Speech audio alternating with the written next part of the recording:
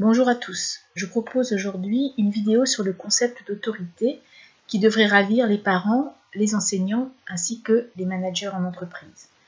Nous allons voir qu'est-ce que l'autorité, puis quels en sont les fondements et enfin à quoi sert l'autorité. Tout d'abord, qu'est-ce que l'autorité? C'est une forme de pouvoir, une caractéristique de la structure du groupe. Ainsi, tout groupe spontané, lorsqu'il se structure et s'organise par l'instauration de buts, de règles communes, de processus de fonctionnement comme la répartition des tâches et des rôles, donne naissance à l'autorité. Ainsi, indépendamment de toute relation hiérarchique, l'émergence de l'autorité est un phénomène spontané de la vie des groupes. Il est d'ailleurs fréquent d'observer que cette instance est personnifiée et celui qui au sein du groupe en devient le détenteur en sera tout naturellement le leader. Cependant, plus le niveau de maturité du groupe est élevé, plus l'autorité sera partagée. Chacun de ses membres jouera tour à tour le rôle de leader dans un contexte coopératif basé sur la concertation. On parlera alors de leadership tournant. On a vu que l'autorité est une forme de pouvoir, qu'on appellera pouvoir d'influence. Mais il existe aussi ce que l'on appelle le pouvoir d'injonction. De quoi s'agit-il au juste ? Le pouvoir d'influence ou autorité ne se décrète pas. Il s'exerce dans la confiance et repose sur le libre arbitre. Il se construit dans le cadre d'une relation singulière à travers laquelle le groupe et chacun de ses membres reconnaît cette autorité comme légitime. Il est donc limité aux frontières du groupe, dans l'espace et dans le temps. Il a sa source du côté de ceux qui s'y soumettent. Il doit donc être librement consenti et ne peut exister que dans une relation d'interdépendance qui engage les deux parties sur la base d'un contrat réel ou symbolique, dictant les droits et les devoirs de chacun envers l'autre. Le pouvoir d'injonction maintenant. Le pouvoir d'injonction s'impose. Il repose sur la coercition, c'est-à-dire la contrainte. L'injonction peut passer par l'emploi de la force, l'humiliation, le chantage, les menaces, la culpabilisation. La personne impose ainsi sa volonté à autrui dans le cadre d'une relation de domination-soumission. L'exercice du pouvoir d'injonction est arbitraire. Il s'apparente au fait du prince. Il est violence faite à autrui dans la mesure où ni le respect ni la confiance ne sont convoqués ici. Le respect, c'est considérer l'autre comme différent de soi. Or, la personne sur laquelle s'exerce ce pouvoir abusif est traitée en objet et non en sujet. Quels sont les fondements de l'autorité ou pouvoir d'influence? Pour qu'il y ait autorité, celle-ci doit être reconnue et acceptée. En d'autres termes, elle doit être légitime. Et cette légitimité se fonde sur deux choses, l'autorité légale et l'autorité naturelle. Qu'est-ce que l'autorité légale? L'autorité légale renvoie aux structures de la société, qu'elles soient économiques, par exemple la propriété du capital, culturelle, comme les valeurs et les normes, et politiques. L'autorité légale est déléguée par l'institution, l'entreprise, l'établissement, l'organisation à laquelle on appartient, et par conséquent, elle s'exerce au nom de la norme impersonnelle.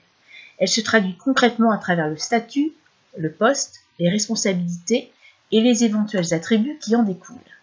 Ces prérogatives peuvent ainsi donner le droit à un manager d'évaluer, voire de sanctionner un collaborateur. L'autorité légale s'instaure aussi à travers le regard et la parole des pairs, collègues, confrères, mais aussi des autres parties prenantes, clients, fournisseurs par exemple. Enfin, l'autorité légale prend appui sur les compétences, ce qui peut se traduire par les diplômes et l'expérience acquise que l'on retrouve formalisés dans un CV. L'autorité naturelle maintenant, appelée aussi caractéristique intrinsèque de la personne. On parlera ici de charisme, que Max Weber, célèbre économiste et sociologue allemand, définit comme une qualité extraordinaire d'un homme, qu'elle soit réelle, supposée ou prétendue. Les sujets se soumettant à cette autorité le font, je cite, en vertu de leur croyance en cette qualité extraordinaire de la personne considérée. On dira de cette personne qu'elle a de l'autorité. L'autorité naturelle n'est pas un élément caractérologique, il est caractéristique d'une relation. L'autorité naturelle n'est pas administrée d'après les normes générales, traditionnelles ou rationnelles, elle est par essence irrationnelle et révolutionnaire, dans la mesure où elle ne s'inscrit pas nécessairement dans l'ordre existant. Elle repose sur trois facteurs, les compétences relationnelles, la vision et le sens de l'opportunité. Pour commencer, les compétences relationnelles. Autrefois, et plus particulièrement dans le monde du travail, l'autorité personnelle était fondée principalement sur le savoir-faire technique. Le leader était le meilleur d'entre tous. Aujourd'hui, les évolutions technologiques font de la compétence technique un attribut secondaire. Il est donc nécessaire de développer des capacités d'écoute, d'observation, d'argumentation, d'expression, mais aussi de questionnement et de compréhension.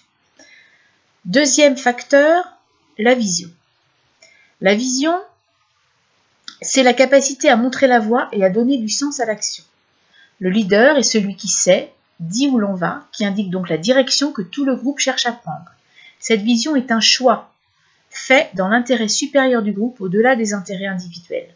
On a vu qu'un groupe sera structuré s'il partage un but commun et le rôle du leader sera d'énoncer ce but au départ, de le rappeler régulièrement et de corriger la direction empruntée par le groupe si nécessaire. Cette fonction d'expression symbolique de l'unité du groupe est fondamentale dans la mesure où elle a une vertu mobilisatrice en donnant du sens à l'action commune. Troisième facteur, le sens de l'opportunité. C'est savoir intervenir, décider, user d'autorité au bon moment, c'est-à-dire au moment où le groupe en a besoin. Avoir le sens de l'action juste renvoie à la capacité d'engagement et à la prise de risque. Un leader reconnu est un leader prêt à assumer le résultat de ses actions, qu'il soit le résultat positif ou non. Enfin, troisième partie, à quoi sert l'autorité ? Premièrement, l'autorité peut être une influence normative, et en ce sens, elle est structurante. Elle sert à donner des limites, à poser un cadre contenant pour rassurer. Faire respecter la loi, la règle, dire non, c'est refuser de céder aux pulsions et à la violence qu'elles engendrent. Pour grandir et devenir autonome, chacun de nous doit apprendre à renoncer au fantasme de toute puissance et à sortir de l'ego. En étant moins dans l'illusion, on peut se confronter à la réalité et aux autres. Le non va bien sûr engendrer de la frustration, mais justement, le désir va naître de cette frustration. Et le désir est probablement le terreau de l'engagement, des projets et de la créativité. Pour ce qui est de l'éducation du petit homme, lui dire non permet de séparer l'enfant du corps à corps avec sa mère. Ce non introduit un tiers dans la relation duel, il sépare et fait grandir. L'autorité comme influence normative a pour objectif de fonder le groupe, structurer son activité, définir un cadre de référence commun, fixer les objectifs, répartir le travail, veiller à ce que les règles soient appliquées. C'est ainsi au besoin de sécurité que l'on répond ici, le besoin d'être rassuré. Si l'on prend comme exemple la relation pédagogique, l'enseignant ne doit pas se substituer à la loi, il n'est pas la loi, sauf à indiquer à l'élève qu'il est parfait et tout-puissant. L'enseignant, tout comme l'élève, doit se soumettre à la loi. Ainsi, les règles qui régissent la vie en classe doivent répondre à deux impératifs, l'apprentissage et la vie collective. Et c'est au nom de ces deux impératifs que l'enseignant posera les règles, en sera le garant et les rappellera si elles sont bafouées. Deuxième type d'autorité, l'influence fédératrice. L'autorité exerce ici une influence qui permet de mobiliser l'ensemble des acteurs autour d'un but commun. Il y est question de sens, de valeurs, de climat stimulant, propice au travail. Cette influence-là va répondre aux besoins d'appartenance, appelés aussi besoins d'affiliation. Le groupe est alors vécu comme une entité formant un tout, contenant et rassembleur. Troisième type d'autorité, l'autorité en tant qu'influence socialisante. L'autorité est ici le berceau de la coopération. Elle crée les conditions du vivre ou du travailler ensemble, en donnant au groupe la possibilité de partager les décisions, de participer, suggérer, prendre des initiatives. Elle offre le terrain propice à la coopération et satisfait alors le besoin de reconnaissance. Chacun pourra alors exercer ses talents individuels au service du collectif, tout en s'affranchissant dans une certaine mesure de l'autorité. L'autorité maintenant comme influence responsabilisante. Cette autorité vise à développer l'autonomie de chacun en confiant des responsabilités, en augmentant le niveau de décision, en acceptant les initiatives, tout en passant contrat sur les résultats et en élargissant le champ de compétences de chacun. On nourrit ici le besoin d'autoréalisation, appelé encore besoin d'accomplissement. Pour conclure, tout l'enjeu de l'autorité va résider dans une articulation fine, permettant de créer un cadre suffisamment sécurisant, poser des protections, sans toutefois empêcher la personne de mener ses propres expériences, en lui donnant des permissions. La prise de risque, la logique d'essai-erreur font partie intégrante de l'apprentissage et du processus d'autonomisation. Ainsi, il sera possible à la personne de contacter sa puissance. Ce modèle s'appelle le triangle de l'autonomie. Merci à tous. J'espère que cette vidéo vous sera utile. Je vous dis évidemment à très bientôt sur mon site internet mariettestrub.com, sur ma chaîne YouTube pour d'autres vidéos et encore sur LinkedIn. À très bientôt. Au revoir.